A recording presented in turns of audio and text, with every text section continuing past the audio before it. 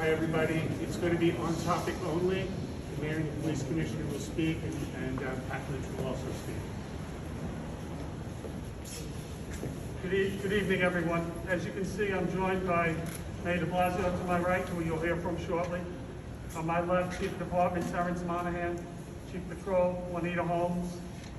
We have Chief Jeff Madry, Chief of Counterterrorism John Miller.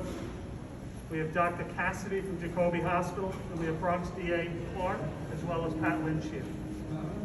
Tonight's incident highlights the truly dangerous work that NYPD cops are exposed to every single day and night. Right away, I want to really thank the people at Jacoby Hospital for the excellent care that they afforded our police officer.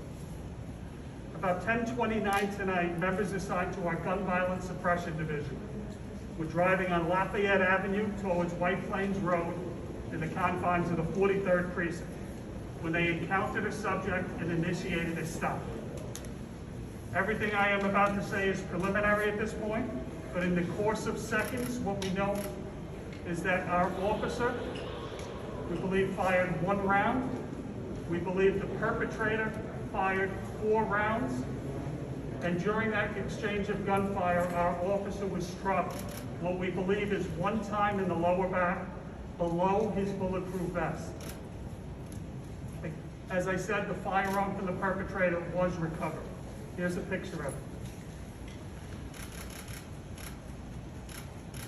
Our brave officer is 31 years old. He is a 6.5-year veteran with the NYPD. Myself, Chief Monahan, Juanita Holmes, and the mayor visited with him and his family a short time ago.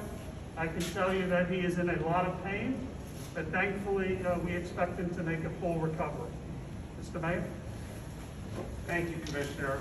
I want to start by thanking everyone at Jacoby Hospital for caring for our officer. Thank everyone who's here. Special thanks to our District Attorney, Marcel Barkley. Everyone, tonight we saw extraordinary bravery. Extraordinary bravery. Here is an officer, young officer, out there on the streets of the Bronx, getting guns off the streets to save lives. That's what he does. He's someone who goes out and puts his life on the line to protect other people in the most powerful way, by depriving criminals of their firearms. An extraordinarily brave officer. The kind of officer we depend on to be safe in this city. Anyone who wants an example of how hard the NYPD works, how committed our officers are, you see it this evening in the Bronx. And this officer, young man from a family that serves this city. Many of his relatives are members of the NYPD, a family devoted to this city. The officer, thank God, despite the pain he's in, he was in good spirits. Thank God, it looks like he's going to make a very strong recovery. So we're counting our blessings tonight. But we have to remember to be thankful to the men and women who put on a uniform and do this extraordinarily brave work. It takes a very special person to go out in the streets at night and take a gun off a criminal. Thank God this good man is going to be okay. I'll open it up for questions in a moment, but Pat? You know, I feel like I've said this before. Here we are again. We're here in the hospital. We're having a press conference, and we're asking why. It seems like people are getting numb to the fact that cops are getting shot. We're getting numb to the fact that there's victims in our neighborhoods, victims of gun violence. And it seems sometimes that the cops are running out in the street, putting themselves at risk. Gun violence is up 100% since last year. You have to ask yourself why and how do you solve it? Millions of dollars on violence interrupters and all these different programs, and thoughts and prayers aren't going to work. What we need to do is put cops on the street, doing the job we know how to do, train them, hire them, put them on the street, allow them to do the job, and then prosecute the cases when we bring them in. We have to stop acting like we're trying to reinvent the wheel. Policing is simple. Good guys and bad guys. We're the good guys that go after the bad guys. Unfortunately, we're here again because one of the good guys been shot. I'll open it up to brief questions. Again, I just want to say we're very early into this process. We have Chief Detective Rodney Harrison still at an active crime scene, but where we can, we'll provide you with information. Rich? Ms. Shannon?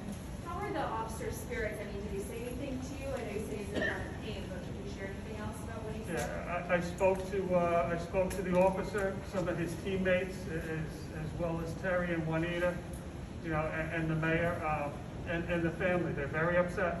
They're very upset, but at the same time, they realize probably an element of shock, how it could have been very different, and they're trying to process that information. Commissioner, were the officers investigating a mass shooting in the area, and is the suspect known to the department for mass shooting? So when you examine the suspect, the preliminary information we have right now is a male, 24 years of age, several arrests in New York City. He has a criminal record in Jersey. When you look at Miles, the breadth of what we sometimes talk about, it's probably on the lower end in terms of criminal record, what we have, but it's early, and we'll start the investigation from here. In terms of why they were there, again, this is the Gun Violence Suppression Division. They are the best at what they do. They are assigned to the streets throughout New York City for one very simple reason, to keep you safe.